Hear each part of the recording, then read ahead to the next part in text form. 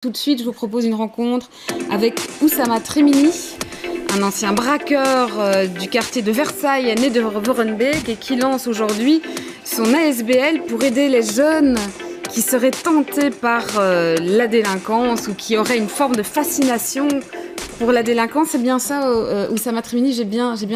Tout à fait, madame.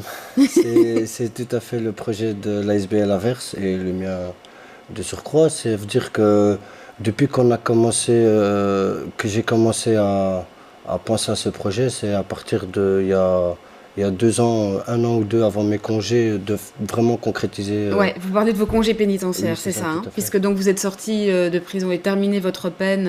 À la prison de Mons, je suis encore en bracelet électronique au jour d'aujourd'hui. Donc vous êtes toujours en peine en fait pour Oui, l'instant, tout à c'est fait. ça. Donc vous avez quitté la prison désormais. Oui. Et alors pourquoi vous avez eu, expliquez-nous, envie de travailler avec ces jeunes? Parce que en prison, j'ai beaucoup travaillé dans les organes de concertation des détenus, l'OCD. On appelle ça comme ça en prison, de la prison de Nivelles et la prison de Mons. Donc c'est C'est des organes qui agissent à la demande des détenus, c'est ça En fait, c'est tous les détenus votent pour un délégué et ils ont voté pour moi en l'occurrence. Et j'étais le président de l'OCD, ça veut dire que je pouvais aller dans tous les coins de la prison et demander aux jeunes qu'est-ce qui va pas, qu'est-ce qui va pas, qu'est-ce qu'on peut faire, qu'est-ce qu'on peut Ouais, pas donc faire. vous avez déjà rencontré du monde vous-même en prison Ah et oui, vous avez quoi? Vous avez décidé de mettre cette période et cette épreuve à profit pour ça? à profit de l'utiliser à bon escient, c'est surtout ça l'idée. C'est les jeunes d'aujourd'hui, nos jeunes à nous et moi-même que je suis passé par là, c'est qu'on était en manque de confiance, en frustration, en manque de reconnaissance surtout, que ce soit familial, dans la rue ou n'importe où. On veut toujours essayer d'être, sortir du lot, toujours essayer de montrer qu'on existe et tout ça. Et en prison, j'ai parlé avec des gens qui avaient des problèmes suicidaires et qui ont fait plusieurs tentatives de suicide. À force de parler avec eux, de leur donner un peu de confiance, un peu leur enlever la frustration, leur donner cette niaque qui va faire que ils peuvent passer leur épreuve, parce que c'est une épreuve la prison. Tu payes ta dette, mais en soi c'est une épreuve la prison, c'est pas facile. Ça veut dire que tu es privé de liberté, mais derrière cette privation de liberté, il y a beaucoup de choses, il y a beaucoup de choses qui sont dures à vivre à l'intérieur de la prison. Ça veut dire que des fois ça va pas avec les surveillants, des fois ça va pas avec des autres détenus, et il y en a ils se referment sur eux-mêmes, ils se font des tentatives de suicide. J'ai parlé avec un cas en l'occurrence, il a fait 3 4 tentatives de suicide, j'ai pu parler avec lui, j'ai réussi à lui enlever ça de la tête. Au jour d'aujourd'hui, j'ai eu contact avec lui il n'y a pas longtemps, avant de sortir de prison. Et j'ai entendu qu'il a eu un enfant et tout ça, ça m'a fait plaisir. Et donc c'est ça qui vous a du coup donné envie de continuer ce travail une fois sorti de la prison? Ça m'a donné envie de continuer et même quand j'ai été en appel au tout début de ma peine, j'ai senti la chance qui me Qui tendait vous la était main. tendu, puisque donc Oui, quand vous avez été condamné, vous avez fait appel et vous avez obtenu une peine finalement moins lourde que celle qui 5 vous ans avait, moins, oui. voilà, qu'en première, Avec Madame qu'en Karine première instance. Couclet, au début je lui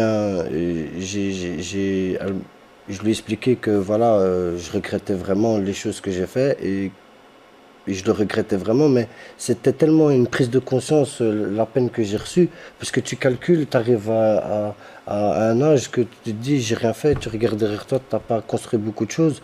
Et 15 ans plus tard, alors quand vous êtes sorti, comment vous l'avez retrouvé votre quartier de Versailles? Beaucoup changé, l'anarchie a pris le dessus. Ça veut dire que tout le monde il arrive à- les projets associatifs, ils ont du mal à s'imposer, à leur expliquer leurs projets, tout ça. Et moi, quand je suis sorti, j'ai parlé avec les jeunes, j'ai senti qu'il y avait cette fascination du bandit, l'image du bandit qui se faisait de moi. Et moi, je me suis, Donc c'était pour ça que j'ai les eu jeunes venaient peur. vous voir. Alors des jeunes, évidemment, pas Oui, tous les jeunes, bien sûr, mais il y a... plusieurs jeunes qui sont... parce qu'il y a eu beaucoup de délinquance dans ce quartier-là. On a beaucoup parlé de lui en négatif ces dernières années.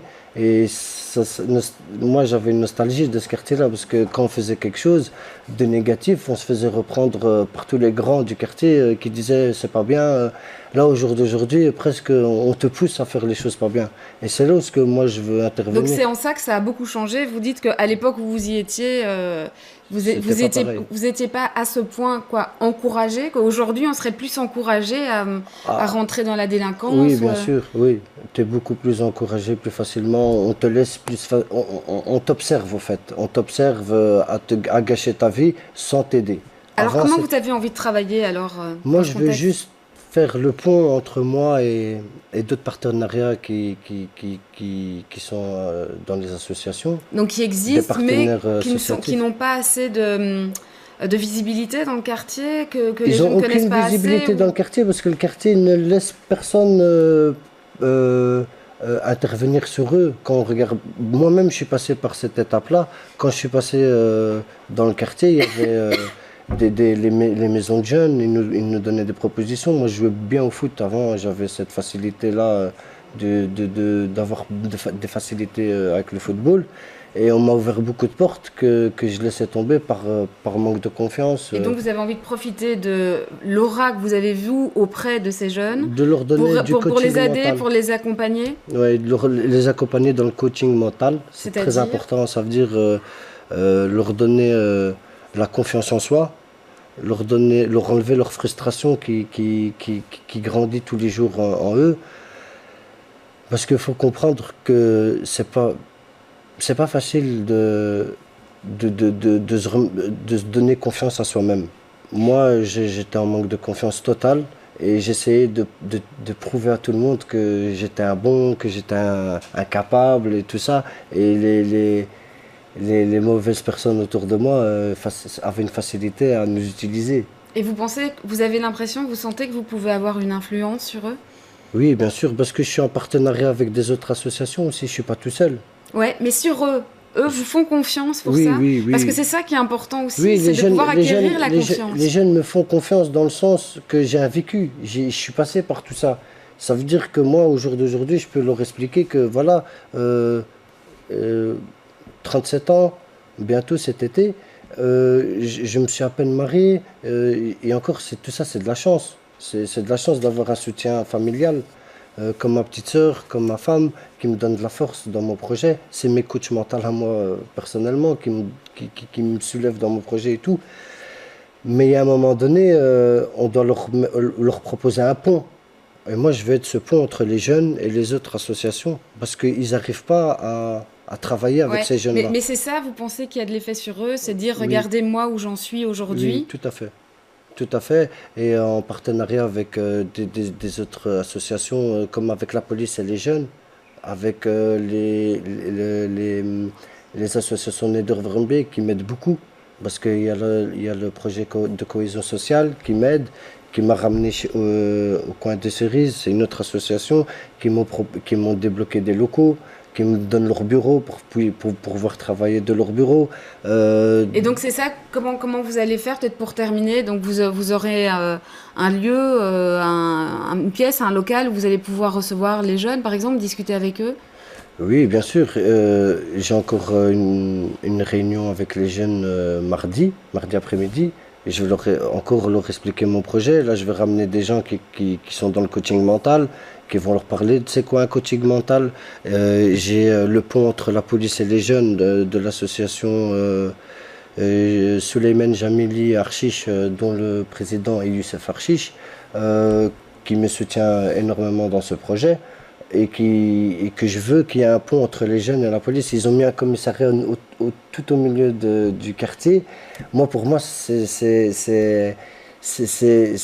il faut qu'on ait une discussion. C'est comme sur 10 policiers. Si on a 8, ils sont gentils, 2, c'est des mauvais. On va penser que les 8, ils sont méchants. Ouais, et vous pensez que vous pouvez jouer le liant alors entre tout ça, et notamment pour essayer d'apaiser les relations entre la police et les jeunes? Je pense que les jeunes, au jour d'aujourd'hui, ils ont une fascination sur la criminalité, la prison, la facilité de rentrer.